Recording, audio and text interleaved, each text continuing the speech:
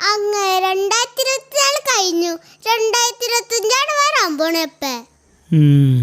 അപ്പൊ നോക്കിക്കോ, അടുത്ത വർഷം കംപ്ലീറ്റ് പോസിറ്റീവ് ആയിക്കോളൂ. അപ്പൊ എനിക്ക് ബുജ്ജിയുടെ പോലെ ഇരിക്കണേ. എന്തെങ്കിലും ഉണ്ടപ്പേ?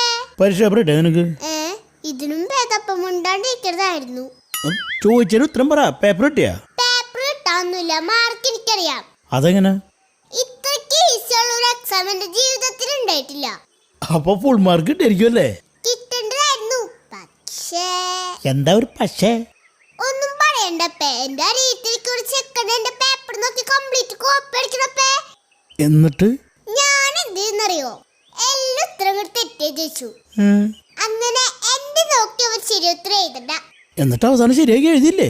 അവിടെ ടെസ്റ്റ് ശരിയാക്കി എഴുതാതെ വിചാരിച്ചപ്പോഴേക്കും ബെല്ലടിച്ചു.